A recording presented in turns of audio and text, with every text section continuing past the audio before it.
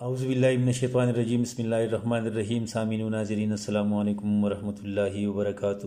Urdu grammar کے ساتھ آپ کی خدمت میں حاضر ہوں۔ آپ سے گزارش ہے یہ چینل سبسکرائب کرے، یہ ویڈیو لائک کرے اور ساتھ ساتھ یہ ویڈیو آخر تک دیکھے تاکہ آج کے عنوان کے حوالے سے تمام باتیں آپ کی سمجھ میں اچھی طرح آ جائیں۔ جماعت نحم اور دہم کی اردو پیپر کے نئے پیٹرن کے مطابق سوال نمبر 2 میں جو پہلا جز آتا ہے وہ پیراگراف کے سوالات کے جوابات کا ہوتا ہے، جس کو ہم تفہیم کہہ سکتے ہیں۔ تو یہاں پر آپ ملاحظہ کیجئے، یعنی پیپر میں ایک عبارت دی جاتی ہے یا ایک پیراگراف دیا جاتا ہے، پھر اس کے نیچے اس کے سوالات ہوتے ہیں۔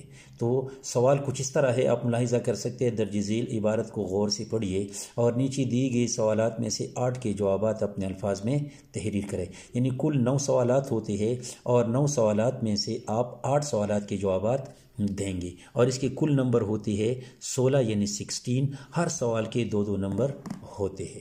عبارت آپ ملاحظہ کر سکتے ہیں کہ بیٹا یا حضرت آپ بڑے متقی پرہیزگار خدا پرست اور نیکوکار تھے، آپ پر اور گناہوں کا الزام؟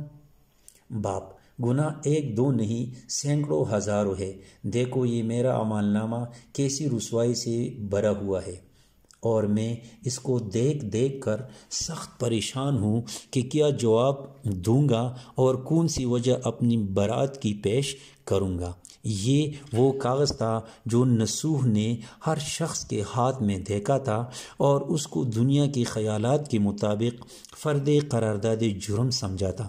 باپ کا اعمال نامہ دیکھا تو ترا اٹھا، شرک، کفر، نافرمانی، ناشکری، بغاوت، بے ایمانی، غرور و دروغگوئی، غیبت، لالچ، حسد، مردم آزاری، نفاق، دھوکہ، دکھاوا، مردم آزاری،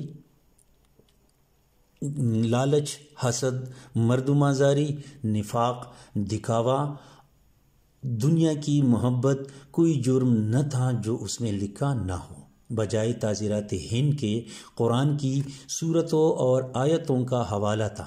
متعجب ہو کر باپ سے پوچھا کہ یا حضرت پھر کیا آپ ان تمام جرموں کے مرتکب ہوئے ہیں؟ تو یہ پیراگراف آپ نے ملاحظہ کیا، یہ عبارت اب آپ دیکھ سکتے ہیں کہ اس کے مطابق سوالات کیا بن سکتے ہیں اور آپ ان کے کیا جوابات دیں گے۔